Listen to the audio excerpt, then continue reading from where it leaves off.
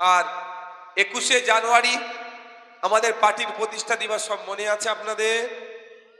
গতবারে মায়েরা যায়নি, শুধু ছেলেরা গিয়েছিল, বাপেরা গিয়েছিল। এবারে মায়েদের ছেলে বাপেদের সাথে সাথে মায়েদেরকেও যেতে হবে। মায়েরা সব যাবেন তো? সব যাবেন, সব যাবেন, হ্যাঁ, সব ভালো থাকবে, তাতে কোনো অসুবিধা হচ্ছে না। লড়াইটা এখানে ঈশ্বরীপুরে হবে ভাই। কেন হবে? সুজন চক্রবর্তী, পার্থ চ্যাটার্জি এক জায়গায় বসে চা খাচ্ছে, কুণাল ঘোষ, সুকান্ত মজুমদার এক জায়গায় বসে কেক কাটছে, তাদের মধ্যে হিংসা নাই। যত হিংসা কেন আমাদের বুথে, আমাদের এলাকায় হবে? তাই বন্ধুগণ, আমাদেরকে সজাগ সতর্ক থাকতে হবে। ওই রাজনৈতিক কারবারিদের পাল্লাই পড়বো না। ওই রাজনৈতিক কারবারিরা আমাদেরকে হিংসার দিকে ঠেলে দিয়ে ওদের গদি বাঁচানোর ওরা চেষ্টা করছে। আমাদের কবরের ওপর দিয়ে, আমাদের শ্মশানের ওপর দিয়ে, আমাদের জেল খাটার ওপর দিয়ে ওরা ক্ষমতার মসনাদে যেতে চাইছে। আমরা আর বোকামো কাজ করব না। আমরা আমাদের কবরের ওপর দিয়ে, আমাদের শ্মশানের ওপর দিয়ে, আমাদের আত্মত্যাগ আত্মবলিদানকে ওরা ওদের ক্ষমতার মসনাদে যেতে চাইছে, ওটা আর হতে দেব না। আমরা সাম্প্রদায়িক সম্প্রীতি ঐক্যকে ধরে রাখবো। যাকে ভালো লাগবো তাকে ভোট দেবো, কিন্তু দিনের শেষে আমরা এলাকাবাসী এটা মাথায় রেখে আমরা চলবো। কারণ আমি একটা উদাহরণ দিচ্ছি, এখানে যদি কোনো একটা কাণ্ড ঘটে যায়, কেউ বিপদে পড়ে, শুভেন্দু অধিকারীর আসতে 4 ঘন্টা লাগবে মেদিনীপুর থেকে, মমতা ব্যানার্জির কালীঘাট থেকে আসতে কম করে 2-2.5 ঘন্টা লেগে যাবে, নওশাদ সিদ্দিকীর ফুরপুরা শিব থেকে আসতে 3.5 ঘন্টা লেগে যাবে। কিন্তু এখানে রাম বিপদে পড়লে রহিম ঝাঁপিয়ে পড়ে বিপদ থেকে মুক্ত করার জন্য। রিনা লস্কর যদি বিপদে বাই চান্স পড়ে যায়, ফতেমা ছুটে আসে আন্টির কি হয়েছে বিপদ থেকে উদ্ধার করার জন্য।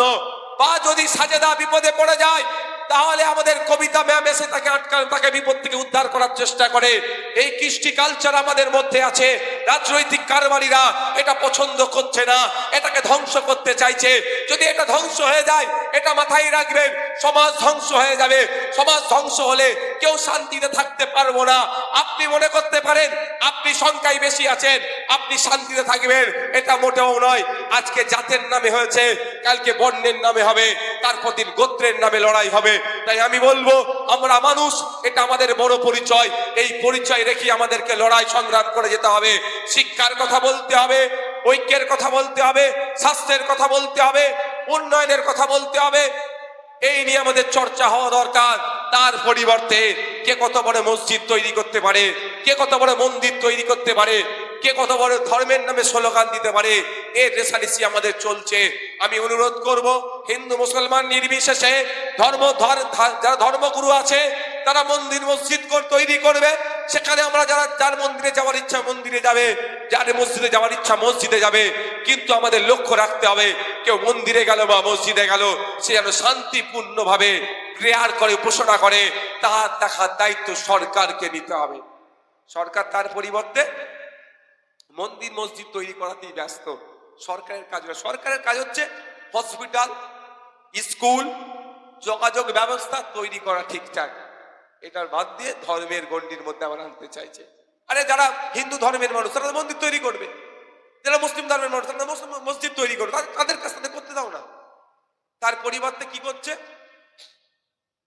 তার পরিবর্তে উল্টো করছে। আমি বক্তব্য দীর্ঘায়িত করবো না ভাই, সন্ধ্যার হয়ে আসছে। আমি শুধু এতটুকুই অনুরোধ করব, চোখ কান খুলে রেখে চলবেন। কাগে কান নিয়ে চলে যাচ্ছে বলে কাগের দিকে তাকাবার দরকার নেই। নিজের কানে হাত দেওয়া, দেখুন কান আছে না নাই। আপনি বিপদে পড়লে শুভেন্দু অধিকারী ছুটে আসবে না, মমতা ব্যানার্জি আসবে না, টিভির সামনে দাঁড়িয়ে কি বলবে, এটা করেছো দেখে নেবো। যার গেল তো তার গেল ভাই। কেউ শ্মশানে যাবে, তাহলে কেউ কবরে গেল, যার গেল তার গেল। বছরে 364 দিন তাদের পাশে পাবেন না। একটা দিন ছবিতে মালা লাগিয়ে বলবে অমুক অমর রহে, বলে ছেড়ে দেবে, কিন্তু যার ক্ষতি হলো তার গেল। তাই বন্ধুগণ, আজকের বক্তব্য আমি এখানে শেষ করছি। যেতে যেতে আমি দুটো কথা বলবো, আপনারা মাইকের আওয়াজে শুনে নেবেন। আস্তে আস্তে বিদায় নিন, রাস্তা ছোট, নালে যেতে পারা যাবে না। প্রথম কথা হচ্ছে, বাড়ির বাচ্চাগুলোকে উচ্চ শিক্ষায় শিক্ষিত করুন। একবেলা যদি খেতে না পান খাবেন না, একবেলা যদি খেতে না পান খাবেন না। বাচ্চাগুলোকে উচ্চ শিক্ষায় শিক্ষিত করুন। দ্বিতীয় কথা, পুলিশ প্রশাসনকে সহযোগিতা করবেন। পুলিশ আমাদের পরিবারের তারা গুরুত্বপূর্ণ সদস্য। 3 নম্বর কথা কি, এলাকার রাজনৈতিক হিংসায় জড়াবেন না। রাজনৈতিক কারবারিগুলো আপনাদেরকে হিংসায় ঠেলে দেবে। এলাকায় অশান্তি হলে বিভ্রান্তের মধ্যে আপনারাই পড়বেন। আর আমরা জাত ধর্ম বর্ণ নির্বিশেষে যেমন ঐক্যবদ্ধ হয়ে ছিলাম, আছি, আগামী দিনেও থাকব।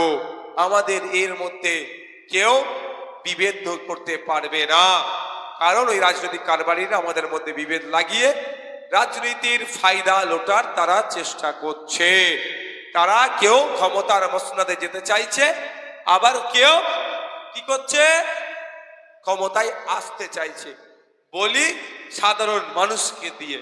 এই সাধারণ মানুষ যদি এত বোকা হয়ে যায়, বাবা একটু পিছিয়ে যাও না, ভেঙে পড়বে তো না। হেলাম দেওয়ার কি আছে এটাতে? ঠিক আছে, সব ভালো থাকবে, সুস্থ থাকবে।